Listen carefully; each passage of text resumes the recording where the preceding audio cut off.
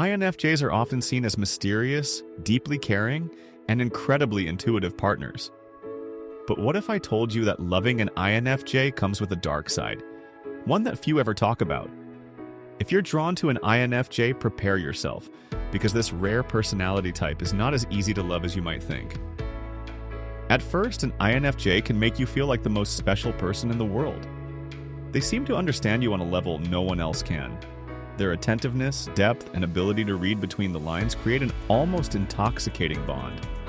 But then, something shifts.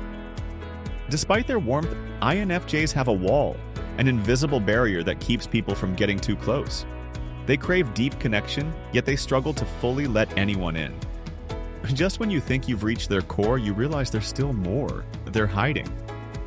INFJs are introverts at their core, but their need for solitude can feel extreme.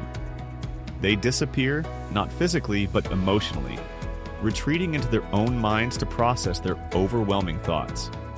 Sometimes they withdraw for hours, days, or even weeks, leaving their partner wondering if they did something wrong. If you take this personally, you'll feel rejected, even when it has nothing to do with you. Loving an INFJ means understanding that sometimes they just need to vanish and there's nothing you can do but wait. INFJs don't settle for shallow relationships. They crave depth, authenticity, and an almost spiritual connection. But this means they also have incredibly high expectations, often unspoken. They want a partner who is emotionally aware, intellectually curious, and unwaveringly loyal. If you fail to meet these expectations, they won't always tell you, but you'll feel the weight of their disappointment through subtle shifts in their behavior. Their warmth may fade, their responses may become distant, and before you know it, the connection you once had feels strained. Perhaps the most feared dark side of loving an INFJ is the INFJ door slam. If they feel deeply betrayed, disrespected, or emotionally exhausted, they will cut you off, permanently. No warning, no second chances. It's not out of cruelty, but self-preservation. They don't enjoy severing ties, but when an INFJ reaches their limit, they will shut you out as if you never existed. And once the door is closed, it rarely reopens.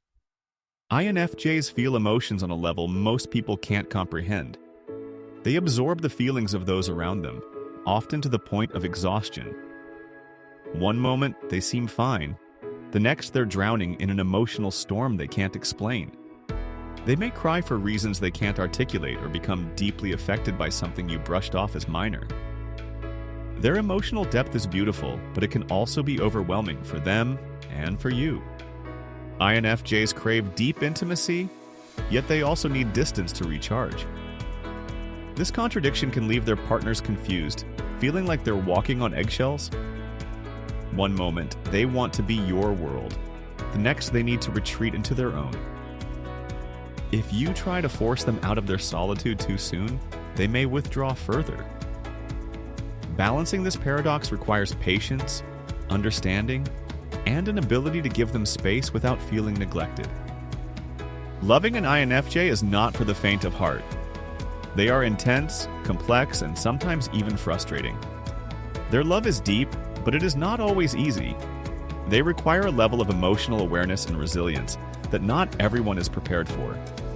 But if you can embrace their contradictions, respect their need for space, and truly understand their emotional depths, you will experience a love unlike any other. It won't be easy, but for the right person, it will be worth it. Do you relate to any of these struggles, or have you ever loved an INFJ? Let me know in the comments below. And if you found this video insightful, don't forget to like and subscribe.